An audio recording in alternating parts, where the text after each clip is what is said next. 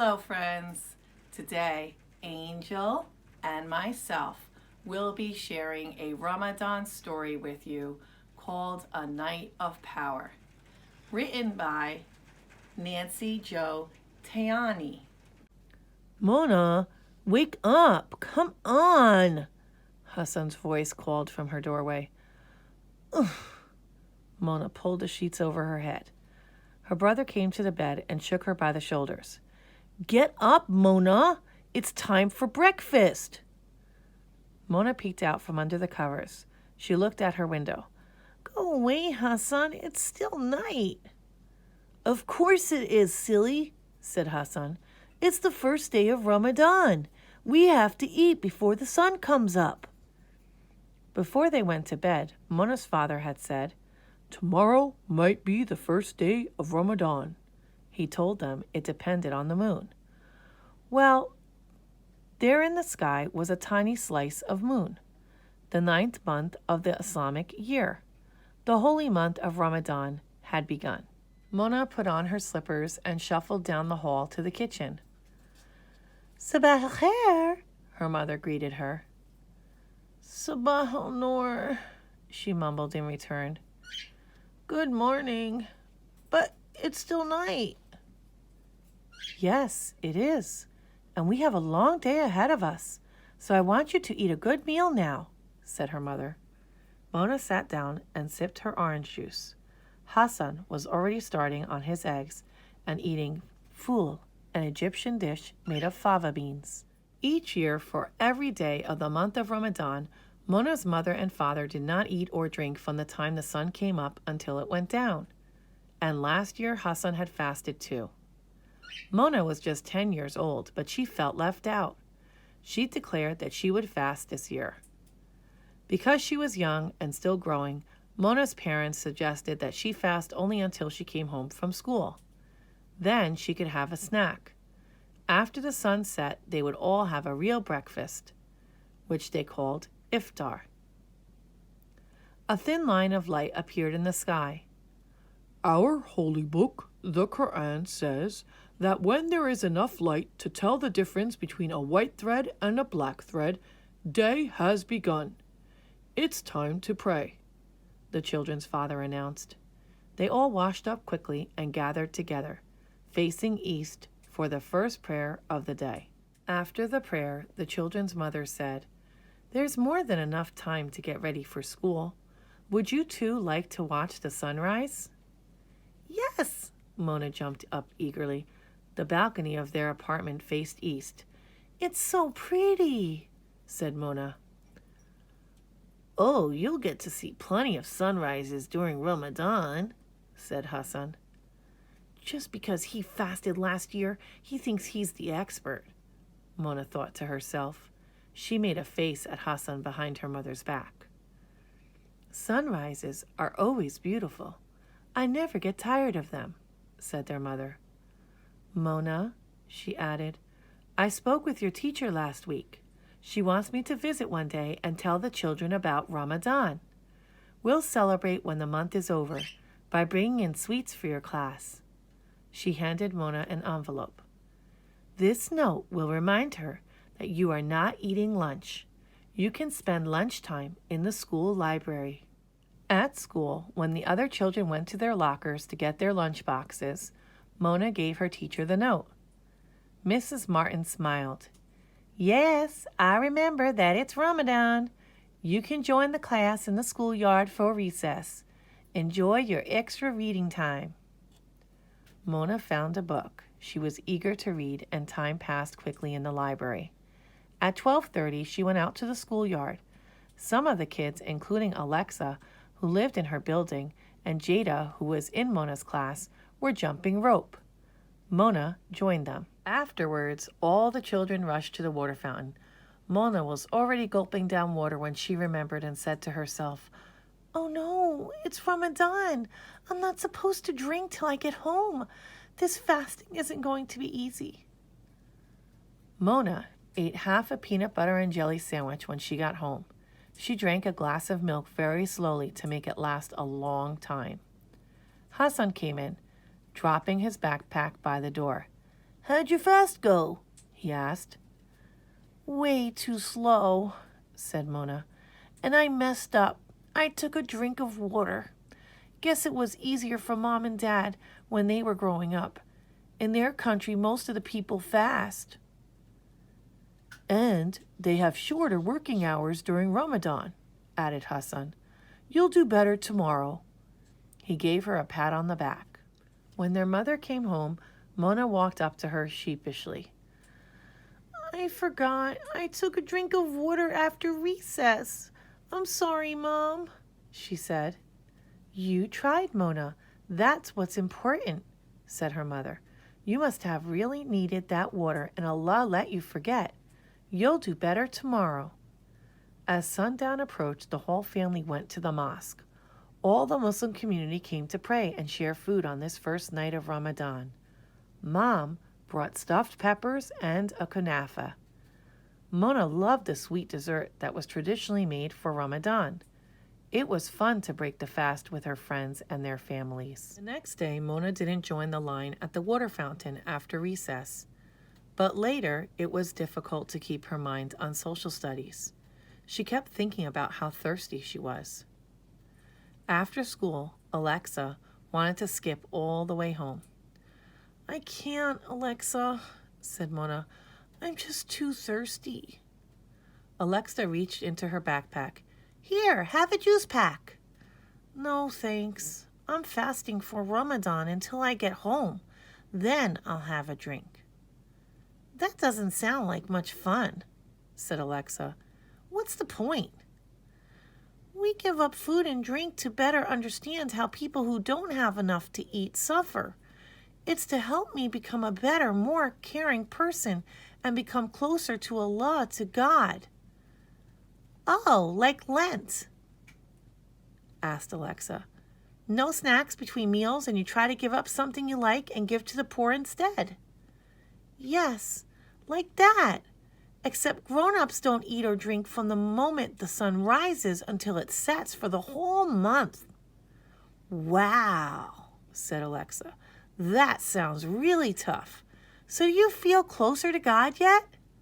Mona shook her head. "No, I just feel thirsty." That first week of Ramadan seemed the longest week of Mona's life. Each day she got up before dawn to eat. Each afternoon she came home hungry and very, very thirsty. At least it was fun, the first few days, to share iftar with other families at the mosque. But by the middle of the second week, she just wished Ramadan was over. One day her mother said, "Mona, you seem unhappy. Is Ramadan too hard for you?" "Well, it's got boring after a few days," said Mona.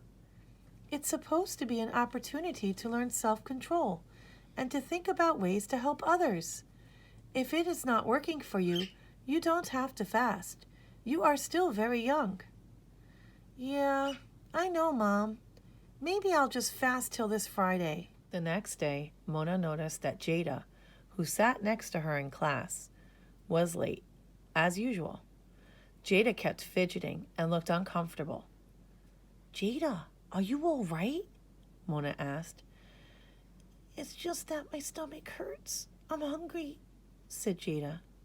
The girls opened their journals and began writing. "Why didn't you eat breakfast?" Mona asked. "There's never time. Mom has to rush to work and I have to get my little sister and brother to school." Mona felt bad for Jada now that she knew how it feels to be hungry. At recess, she asked Jada, "Do you feel better now?"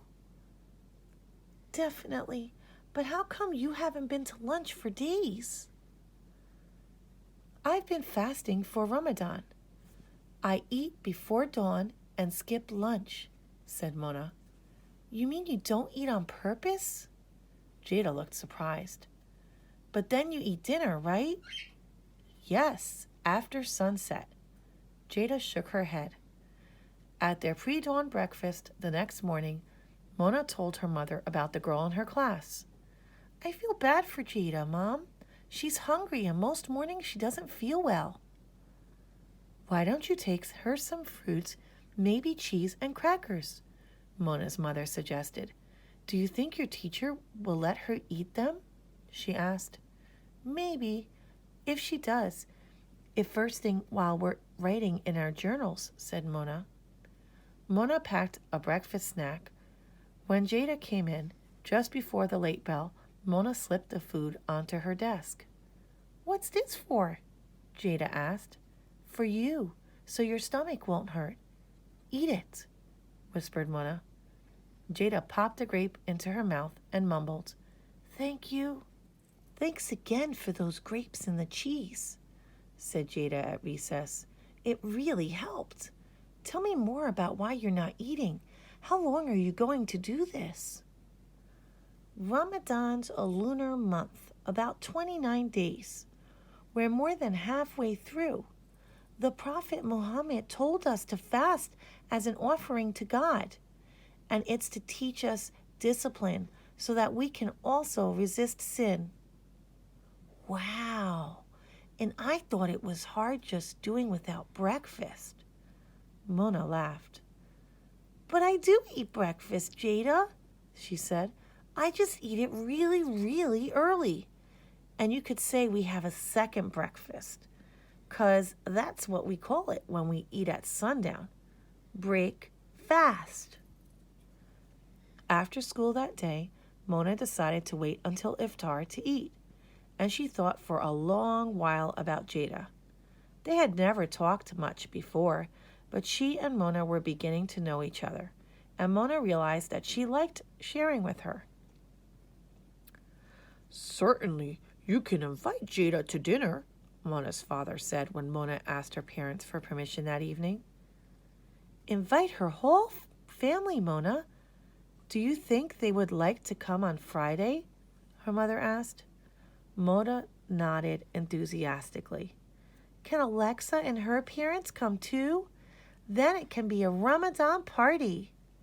Sure, her mother said. I'll write an invitation to both families.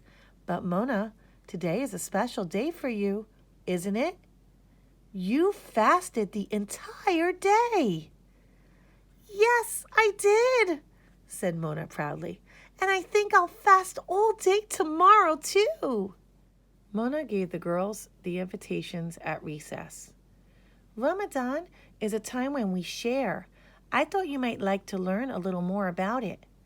We cook all sorts of special foods and desserts. Jada was surprised. Thanks, she said. I'll ask my mother tonight.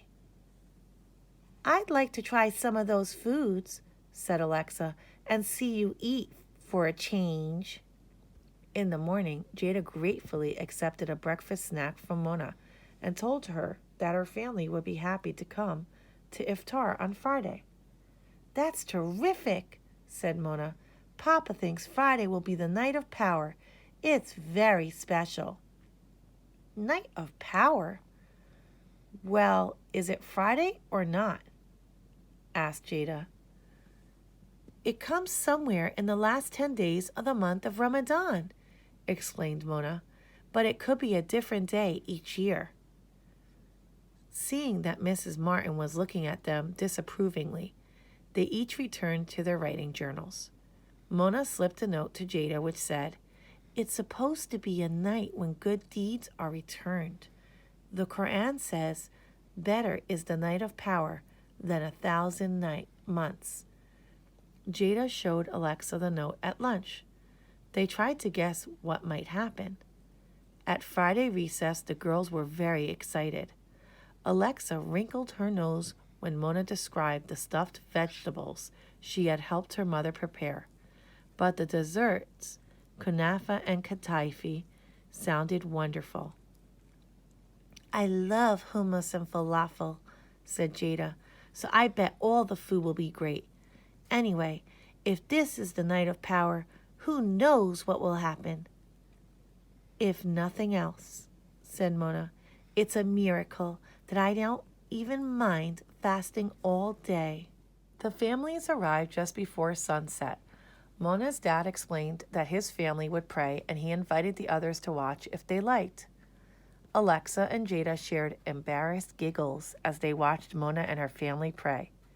Then everyone sat down to eat and talk and eat some more. Alexa found to her surprise that she liked stuffed grape leaves and almost everything else.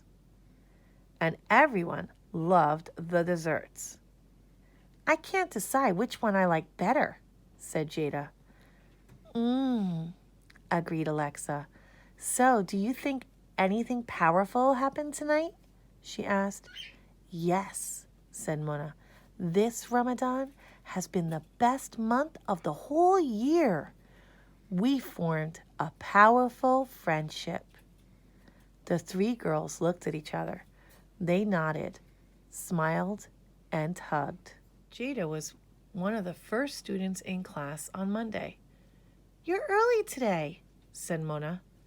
I talked to my mom, Jada explained.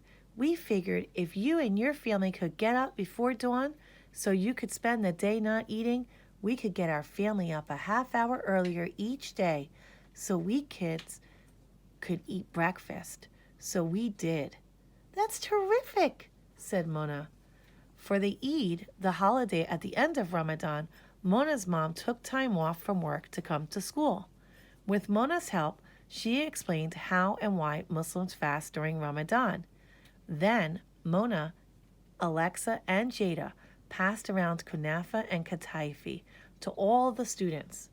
While most of them thought that fasting sounded very hard, they all agreed that celebrating when the month was over was a great idea. For Mona, the Eid celebration was special because her first Ramadan fast had been so successful. She had learned to care more deeply about others.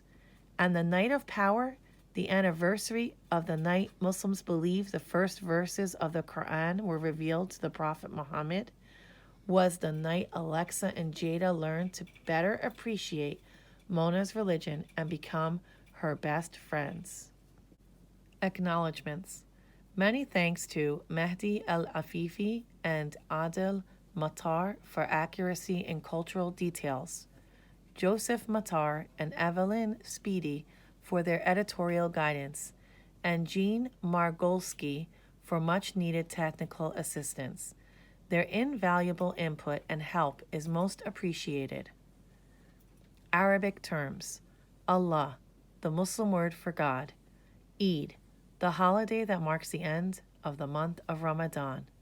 Falafel, a fried vegetable ball made of fava beans or chickpeas and spices. Fool, an Egyptian dish made of fava beans traditionally eaten during Ramadan. Hummus, a dip made with chickpeas and sesame paste. Iftar, literally break fast, the meal that comes at the end of the day of fasting. Kataifi, a traditional dessert for Ramadan, made with pancakes filled with nuts and honey and folded into a crescent. Quran, the holy book of Islam, said to be revealed to the Prophet Muhammad by the angel Gabriel. Kunafa, a dessert made with shredded wheat and honey and filled with either nuts or a sweet pudding. Night of Power, the evening of the day in which it is said the Quran was revealed to the Prophet. Ramadan, the 9th month of the Islamic calendar. Since the calendar is based on lunar months, it arrives each year at a different date on the calendar we use. Sabah al-Nur, good morning, literally a day of light. Sabah al-Khair, good morning, literally a day of goodness. The end. Thank you for joining us for today's Read Aloud.